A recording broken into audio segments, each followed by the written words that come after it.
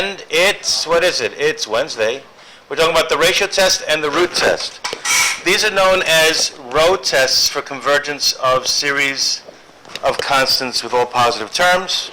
And what does that mean? Well, if you want to show a series converges, let's say this, okay?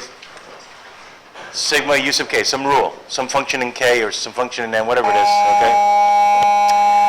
Oh, we started early. And say you want to show that that converges, right?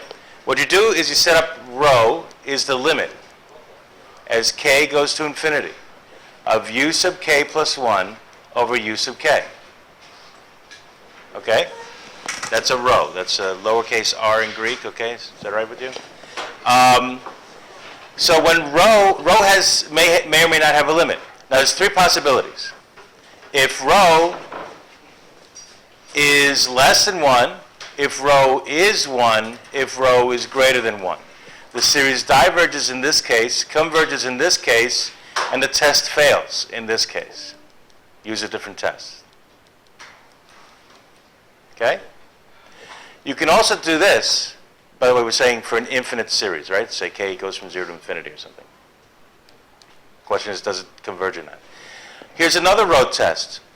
Sometimes the ratio test, things cancel out nice and the limits are easy and you can get one of these cases, 1, 2, 3, you're done. Sometimes we use the root test instead. What if you get the kth root, radical in other words, of u sub k? Same thing.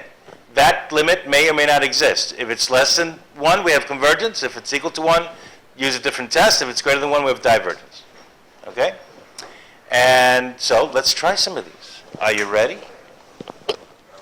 Okay, these are two separate theorems. The ratio test theorem for convergence, the root test theorem for convergence. Okay? This is convenient when things cancel out in a ratio. This is convenient when you have weird powers you want to get rid of. It can be proven, but that's beyond the scope of this course, that when rho is less than 1, the series converges. Okay, we're just going to use the theorem. Okay? So let's say I wanted to, all right, let's use a series that we know. This one we know. Do we know whether it converges or not? It doesn't. That's the harmonic, right? 1 plus a half plus a third plus a fourth diverged very slowly, but it diverged, right? Okay, so we know the answer already. 20/20 hindsight. Let's see if we can use the ratio test on this and get the same result. What does the ratio test say? Take the rule, u sub k, make a ratio, u sub k plus 1 over u sub k. Well, u sub k is the rule. U sub k plus 1, what do you think I'm going to write? Plug in k plus 1 wherever you see k. So, go ahead. What should I write up here? 1 over k plus 1, that's all. Simple. It's just a composition. Put k plus 1 in place of all the k's. It may be more complicated than this, right? So what's the limit as k goes crazy? Does that limit exist? Okay? Limit. So that's a rho. What's a rho? Well, how do you evaluate a limit that's ratio? You want to see if it's bottom heavy, top heavy, equal degree, maybe L'Hopital, something like that, right? But how do you divide a fraction by a fraction? Divide a fraction by a fraction. Reciprocal, right? So is this the same thing? The limit as k goes to infinity of k over k plus 1? If I multiply by the reciprocal, the k ends up in the numerator, right? Well, that limit you know. What is it? Is it bottom heavy, top heavy, or equal degree? Equal degree, so leading coefficients. What do you get? 1. Bad. Why bad? Ratio test? Fails. It doesn't tell me one thing or the other, whether this converges or not, when rho is 1. So there are better tests for this. We already figured out that that diverged anyhow, didn't we? Okay? Alrighty. Right, remember, when the rho test gives you 1 in the limit, the test is not applicable, really. Okay? Alrighty. So that wasn't a good example. Fine. But that happens. You got to be familiar with that. By the way, this is also L'Hopital, right? What's the derivative of the top? What's the derivative of the bottom? So you get 1, right? You get the L'Hopital on these. Okay. What about one of these? Oops, it's a K. Okay. I'm using K today. Okay, so we know this one converges or not, don't we already? What do we know about this series? This is a P series where P is 2, and is that good or bad? That's good. P greater than 1 converges, right? Let's see what the ratio test says. Let rho equal the limit, as K goes crazy, of u sub K plus 1 over u sub K. This is u sub K. What's u sub K plus 1? 1 over K plus 1 squared, right? Again, how do you divide fractions? Multiply with the reciprocal of the denominator, so the K squared ends up on top, doesn't it? All right, can you tell me that limit? That's also 1. Dang, ratio test fails. Remember, how did we prove that this was convergent, by the way? It was a better test.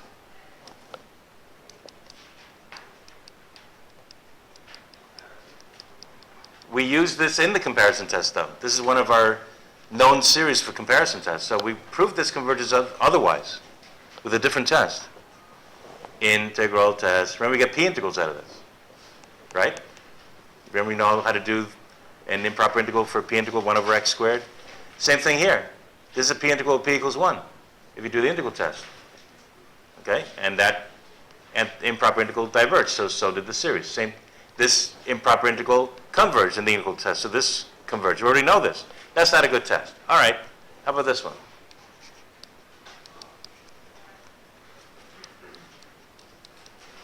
One over K factorial. Now, I mentioned the other day, we haven't proven this converges. We don't know what it converges to, but I did mention the other day, it does converge, by the way, to E. Okay? If you start actually at 0. What's 0 factorial? 1. You can start at 0, right? If you start with 0 and add up infinitely many multiplicative inverses of factorials, you're going to get E. All right, so I know this one converges. Does the ratio test tell me this? Now, you can't use the integral test on this, because how the hell do you integrate factorials? I don't know. You don't. Okay. We used this. I just sort of threw it at you as a series I could use in the comparison test to show convergence by comparison. But we just threw it at you.